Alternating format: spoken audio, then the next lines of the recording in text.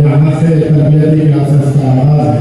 आप हजरात इसका अमल हजरत मौलाना हनून साहब से तफसील से सुना, क्योंकि यहाँ पर उस्ताद उलमा हजरत मौलाना मुफ्ती करीम अहमद साहब दामद ज़मानी तशरीफ़ फरमा है। यहाँ फरीद कुरैशी साहब जो इंग्लिश के सदर वो भी हैं, तफसीर अब्बास साहब भी है, मौलाना हनून साहब भी हैं। आपने हाफिज़ की साबित बादशाह सदर जनरल सेक्रेटरी जमयत उलमा से भी अपना खिताब सुना। मैं 2-4 मिनट लेकर अपनी तकरीर को ख़त्म करूँगा, क्योंकि यहाँ से हम इसके बाद खाने के बाद इंशाअल्लाह मजलिस को हम रखेंगे।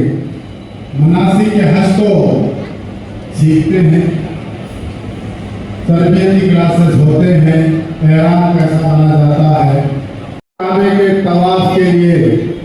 तो किसको बुलाऊं?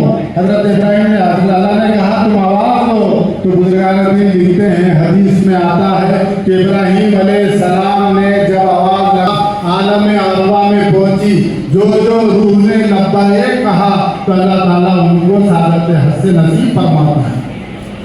और कहीं मैं मुताला कर रहा था कि वाक़या मेरे जहन से गुजरा, जैसा कि हजरत मुजाहिद रहमतुल्लाह अलैह लिखते हैं, जब हाजी हज करके उनकी नीयत से काबतुल्लाह को पहुंचता है, उस ज़माने का तस्करा, जो ऊँट पे पहुंचता है तो फरिश्ते उसको सलाम करते हैं। ये बात आप हजरात गौर से सुने, जो ऊँट पे पहुंचता है तो फरिश्ते उसको सलाम करते हैं, जो गधे पे पहुंचता है तो फरिश्ते उससे हाथ मिलाते हैं, जो पैदल पहुंचता है तो फरिश्ते उसको गले लगाते हैं। यानी वाक़या से क्या मिला? ऊँट अच्छी सहूलत है तो फरिश्ते उसको सलाम कर दिए, गधा छोटा तकलीफ से जा रहे तो फरिश्ते उससे हाथ मिला दिए, और जो पैदल जा रहा तो अल्लाह के घर को हज़ारों किलोमीटर दूर से पैदल आया तो फरिश्ते उसको गले लगाते हैं। बहरहाल कई नशिस्तें होंगी, उसके अंदर तमाम उम्र पर आपको इस पर गुफ्तगू होगी, और इसके ऊपर इंशाल्लाह अच्छी तरबियती क्लासेस होंगे।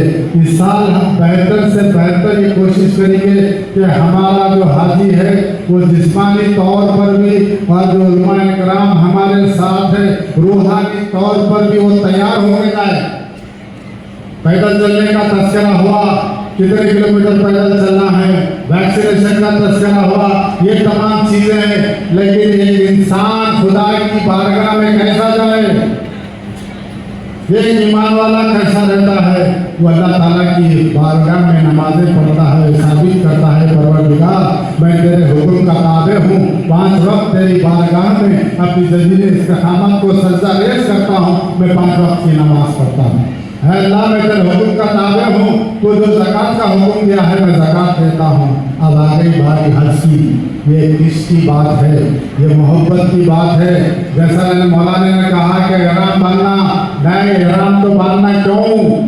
उसकी याद में, उसके इश्क में जा रहे हो, भारी भारी अपने कपड़े उतार के जाओ, सूट उतार दो, जुब्बे उतार दो, कुर्ते उतार दो, कफन नुमा 2 कपड़े, एक ऊपर बांधो, एक नीचे बांधो, आंखों में सुरमा ना लगाओ, साबुन से मुंह ना धो, खुशबू ना लगाओ, कंघी ना करो, हत्ता के अपने बालों की धूप। उस जमाने में पैदल चलते थे, 6-6 महीने 8-8 महीने में जा रहे थे, कितने बाल बन जाते थे होंगे, घर का क्या आलम होगा।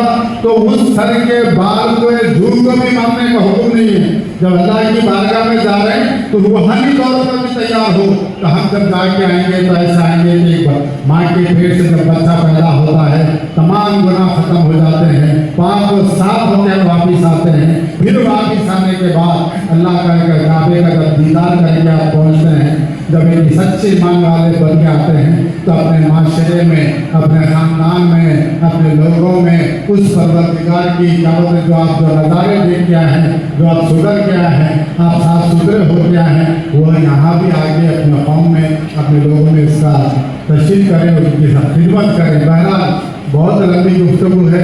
इस साल हमने 15 दिन लेट शुरू करे हैं, क्योंकि हर साल 15 दिन सरकारी तारीख के हिसाब से वो होता है। आखिर में अपनी तकरीर ख़त्म करने से पहले कहूँगा कि गए टाइम पर जो बिल्डिंगों की वहाँ पर तकलीफ हुई, 12,000 आदमी में से देवेंद्र रेड्डी साहब की दरखास्त पर ministry of minorities of India ने उन तमाम बिल्डिंगों को ब्लैकलिस्ट कर दिया है कि जो बिल्डिंगों के खराब इंतजाम थे। जहाँ पर साजिद इजाज का मसला था वहाँ पर हमारे देवेंद्र रेड्डी साहब की नुमाइंदगी पर उस पर 150 आदमी पे एक हज इंस्पेक्टर के नाम पर किया गया है। और यहाँ पर तफसीर अब्बास साहब बैठे हैं, फहीम साहब बैठे हैं। मैंने ख्वाहिश की है कि खादिमुल इजाज यहाँ 150 आदमी के साथ जो रहेगा यहाँ से लेकर हज कराकर दोबारा फिर यहाँ नहाने की तक जिम्मेदारी ये 2 लोग चाहे तो इंशाल्लाह वो भी हो जाएगी। इंशाल्लाह ताला इस साल बेहतरीन तरीके से हज होगा हम लोगों का। और गए टाइम पर 4 करोड़ रुपए उसका बजट था। हमारे देवेंद्र रेड्डी साहब की सरकार ने इस साल 10.5 करोड़ रुपए दिया है ताकि हाजियों को किसी किस्म की कोई तकलीफ न हो। वक्त में इंशाल्लाह खाने के बाद में गुफ्तगू रहेगी। मेरे उस्ताद मोहतरम जनाब मुफ्ती फैज़ल साहब तशरीफ ले जाएंगे, उनसे ख्वाहिश करूँगा कि आप 2 मिनट खिताब करें। फिर आइंदा की हमारे महफिल में आपकी तशरीफ आए भाई से इफ्तिखार, भाई से इज्जत रहेगी। मैं सबसे ख्वाहिश करता हूँ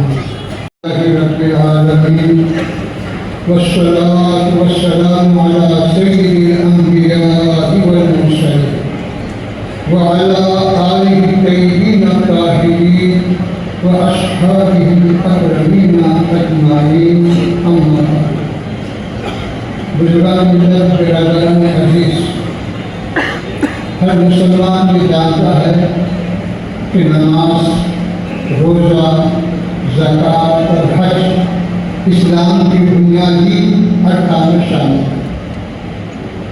इससे किसी को इनकार नहीं, हर आदमी इसको जानता है।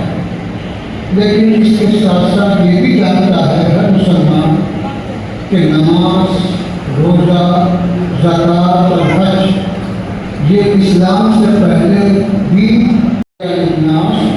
ये सैयदना आदम अलैहिस्सलाम से इसका सिलसिला जारी व शामिल। तमाम उम्मतें जो है इबादत की पाबंद रही है। अब इसी बुनियाद पर शरीयत कहती है कि देखो सवाब बाज़ जगह की बिना पर मिलता इजाफा मिलता है, बाज़ वक्त ज़माने की बिना पर इजाफा मिलता है। अब आप नमाज घर में पढ़े फर्ज नमाज तो उसका सवाब अलग है, और मस्जिद में अगर पढ़े तो उसका सवाब अलग है। अमल तो दोनों बराबर है, अमल में कोई फर्क नहीं है, लेकिन जगह बदलने से सवाब बदलता है। इसी तरह वक्त के बदलने से, ज़माने के बदलने से भी सवाब यह अलग होता है कि रमज़ान का रोज़ा वही रोज़ा है जो गैर रमज़ान में वक्त में कोई फर्क नहीं है, ऐसा में कोई फर्क नहीं है। लेकिन रमज़ान के रोज़े की बरकत फजीलत और है, दूसरे अय्याम के रोज़े की बरकत फजीलत और है। तो इसी तरह यही नमाज हम अपने मकाम पर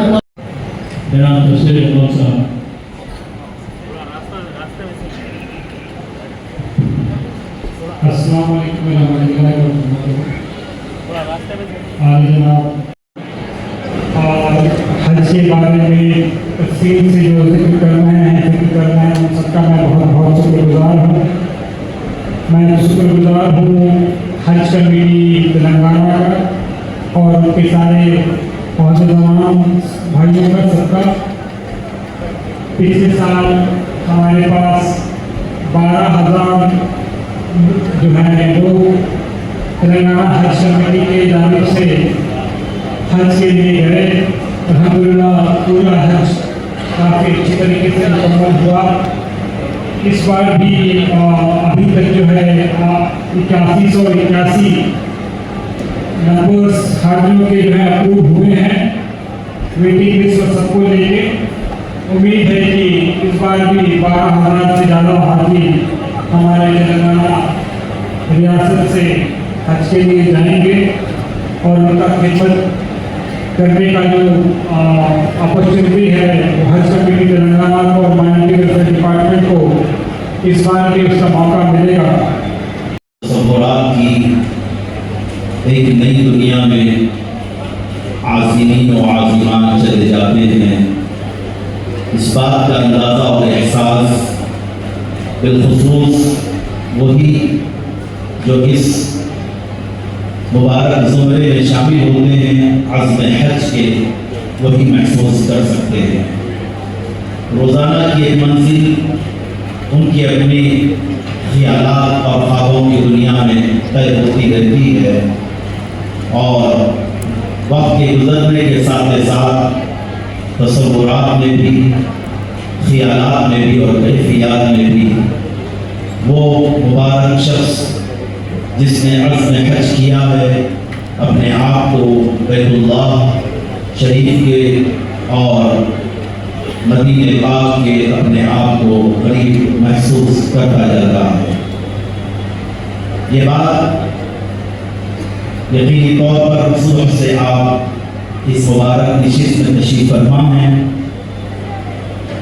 हज बैतुल्लाह के फर्जियत की जो अहमियत है, जहाँ पर हज बैतुल्लाह की अदायगी के लिए एक बंदे को जो सही मेहनत है और इसको किसी किस्म का कोई नुकसान न पहुँचे और मेहनत रायगा न चली जाए, इसी बात को सफ़र हज में बैतुल्लाह शरीफ के मुबारक सफ़र में हो, ये मदीने पाक के रोज़े अक़दस के ज़ियारत के सफ़र में हो, इस सफ़र में भी बहुत ज़्यादा एहतियात बरतने की ज़रूरत होती है, जिसके ताल्लुक से मुझसे पेश मीना कब पहुंचेंगे और मीना के इंशाअल्लाह किस तरीके से हज करना है, किस तरीके से आपको उम्रा करना है, और उम्रे के क्या आदाब है और फिर हज के क्या आदाब है, मीना अरफात मुज़दलिफा क्या है, मीना अल्हम्दुलिल्लाह 2025 का ये हज का पहला ट्रेनिंग कैंप था, जिसके अंदर हज़ारों लोग आज़मीन हज यहाँ आए। उनको तरबियती क्लासेस का आगाज़ हुआ। वहाँ के मनासिक के हज और दीगर इंतज़ामात के ताल्लुक़ से तफसील से समझाया गया। तेलंगाना स्टेट हज कमेटी इन आज़मीन के लिए बेहतर से बेहतर इंतज़ाम करने की कोशिश करेगी। गए साल गर्मी की वजह से और वहाँ के बिल्डिंगों की वजह से, ट्रायल्स की वजह से जो तकालीफ हुए हैं, उसको ख़त्म करने की पूरी कोशिश करेगी। रेवंत रेड्डी साहब की ख्वाहिश पर वहाँ पर बेहतर इंतज़ामात करने के लिए लिखा गया है, और अल्लाह चाहे तो अच्छे इंतज़ामात रहेंगे। आज़मीन हज को किसी किस्म की कोई तकलीफ़ होने नहीं देंगे। हमारे तरफ से जो हो सका इंशाअल्लाह ताला हम कोशिश करेंगे ताकि लोगों को सही खिदमत, ये अल्लाह के मेहमान हैं, इनकी सही खिदमत हो सके और अच्छे से अच्छे इंतज़ामात हो सके।